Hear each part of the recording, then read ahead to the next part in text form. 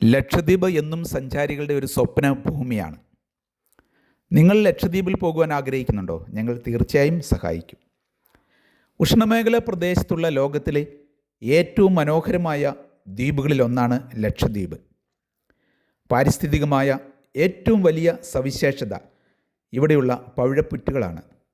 സ്ഫടികം പോലെ തെളിഞ്ഞ സമുദ്രജലം ഒരു കാൽഡോസ്കോപ്പിക് കാഴ്ചയാണ് നമുക്ക് സമ്മാനിക്കുന്നത്.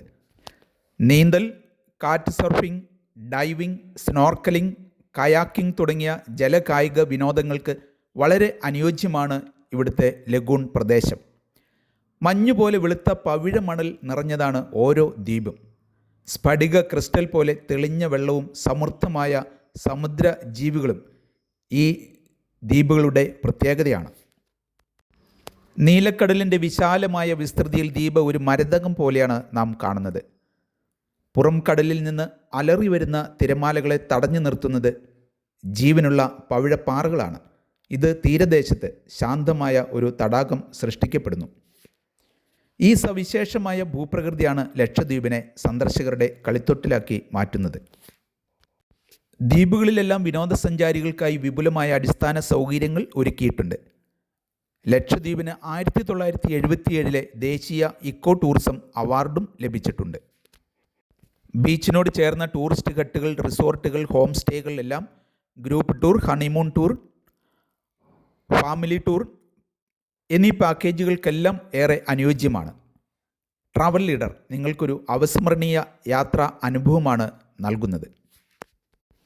ലക്ഷദ്വീപിലേക്ക് യാത്ര ചെയ്യുന്നതിന് ഏതാനും ഡോക്യുമെൻറ്റുകൾ കൂടി നാം മുൻകൂട്ടി തന്നെ തയ്യാറാക്കേണ്ടതുണ്ട്. അതിലൊന്നാണ് ലക്ഷദ്വീപ് എൻട്രി പാസ്. നമ്മുടെ പോലീസ് സ്റ്റേഷനിൽ നിന്ന് നാം എടുക്കേണ്ട പോലീസ് ക്ലിയറൻസ് സർട്ടിഫിക്കറ്റും അഥവാ PCCയും മറ്റൊരു ഡോക്യുമെൻ്റാണ്. ആധാർ കാർഡും ഡോക്യുമെൻ്റ് ഫീസും സബ്മിറ്റ് ചെയ്ത് ഓൺലൈനിൽ അപേക്ഷ വഴി ഇവ നമുക്ക് എടുക്കാവുന്നതാണ്. ഇതിനുള്ള ഡോക്യുമെൻ്റ് ഫീസ് നൽകിയാൽ ഞങ്ങൾ നിങ്ങൾക്കുള്ള ഡോക്യുമെൻറ്റുകൾ ഓൺലൈൻ വഴി അപേക്ഷ നൽകി അധികൃതരിൽ നിന്ന് ലഭ്യമാക്കി തരുന്നതാണ്. കപ്പലിൽ യാത്ര ചെയ്യുന്നതിനുള്ള ടിക്കറ്റ് ലഭ്യമാകുന്നതിന് വളരെ പ്രയാസമാണ്. കപ്പലിൻ്റെ ഷെഡ്യൂൾ പ്രഖ്യാപിച്ചു കഴിഞ്ഞാൽ ഉടൻ തന്നെ കപ്പലിനുള്ള ടിക്കറ്റ് എടുക്കേണ്ടതാണ്. ടിക്കറ്റ് എടുക്കുന്നതിന് ഇത്തരം ഡോക്യുമെൻറ്റുകൾ മുൻകൂട്ടി തന്നെ നമ്മുടെ കയ്യിൽ ഉണ്ടായിരിക്കണം. ലക്ഷദ്വീപിലേക്കുള്ള ടൂറിസ്റ്റ് സീസൺ ആയതിനാൽ ഇപ്പോൾ ഫ്ലൈറ്റുകൾക്ക് ഉയർന്ന നിരക്ക് നാം നൽകേണ്ടി വരുന്നുണ്ട്. ലക്ഷദ്വീപ് യാത്രയ്ക്ക് ആവശ്യമായ ഡോക്യുമെൻറ്റുകൾ മുൻകൂട്ടി തന്നെ തയ്യാറാക്കി വയ്ക്കുന്നതിന് ഞങ്ങളെ ഈ നമ്പറിൽ ബന്ധപ്പെടാവുന്നതാണ്.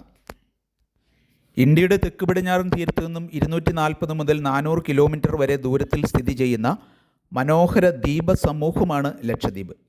32 ചതുരശ്ര കിലോമീറ്റർ മാത്രമാണ് ഭൂവിസ്തൃതി. കവരത്തിയാണ് തലസ്ഥാനം.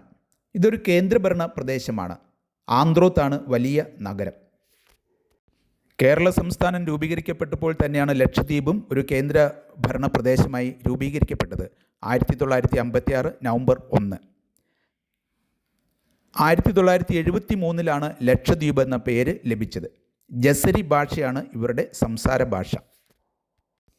AD 6-ാം നൂറ്റാണ്ടിൽ ബുദ്ധമതക്കാർ ഇവിടെ ഉണ്ടായിരുന്നതായി കണക്കാക്കപ്പെടുന്നു. 8-ാം നൂറ്റാണ്ട് മുതൽ മുസ്ലിം മതം പ്രചരിക്കപ്പെട്ടു. ഇപ്പോൾ 90% മുസ്ലിം മതവിശ്വാസികളാണ്. 1787 അമനി, കദ്മത്, കിൽത്താൻ, ചെത്തിലാത്ത്, ബിത്ര ദ്വീപുകൾ ടിപ്പു സുൽത്താൻ്റെ ആധിപത്യത്തിന് കീഴിലായി. 3-ാം ആംഗ്ലോ മൈസൂർ യുദ്ധത്തിന് ശേഷം ടിപ്പു സുൽത്താൻ്റെ ഭരണം ഇവിടെ അവസാനിച്ചു. 12ഓളം പവിഴപ്പുറ്റുകൾ ഇവിടെ രൂപം കൊണ്ടിട്ടുണ്ട്. 36 ദ്വീപുകൾ ഇവിടെ നമുക്ക് കാണുവാൻ കഴിയും. അഗത്തി, അമനി, ആന്ത്രോത്ത്, ബംഗാരം, ബിത്ര, ചെത്ലാത്, കടമത്ത്, കവരത്തി, കൽപ്പേനി, കിൽത്താൻ, മിനിക്കോയ് എന്നിവകളിൽ മാത്രമാണ് ജനവാസമുള്ളത്. കൽപ്പിട്ടി, തിണ്ണകര, ചെറിയ പരളി, വലിയ പരളി, പക്ഷിപ്പിട്ടി, സുഹേലി വലിയ കര, സുഹേലി ചെറിയ കര, തിലാകം, കോടിത്തല, ചെറിയ പിട്ടി, വലിയ പിട്ടി, ചെറിയം, വിരിങ്കിലി, വലിയ പാണി, ചെറിയ പാണി എന്നിവയെല്ലാം ജനവാസമില്ലാത്ത മറ്റ് ദ്വീപുകളാണ്. ഡോലിപ്പാട്ടാണ് ഇവിടുത്തെ ഒരു പ്രധാന തനത് കലാരൂപം.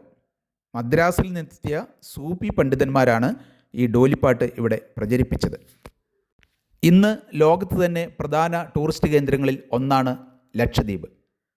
നിങ്ങളുടെ ലക്ഷദ്വീപ് യാത്ര ഒരു അവിസ്മരണീയ സംഭവമാക്കി മാറ്റുന്നതിൽ ട്രാവൽ ലീഡർ എന്നും നിങ്ങളോടൊപ്പം ഉണ്ടായിരിക്കുന്നതാണ്.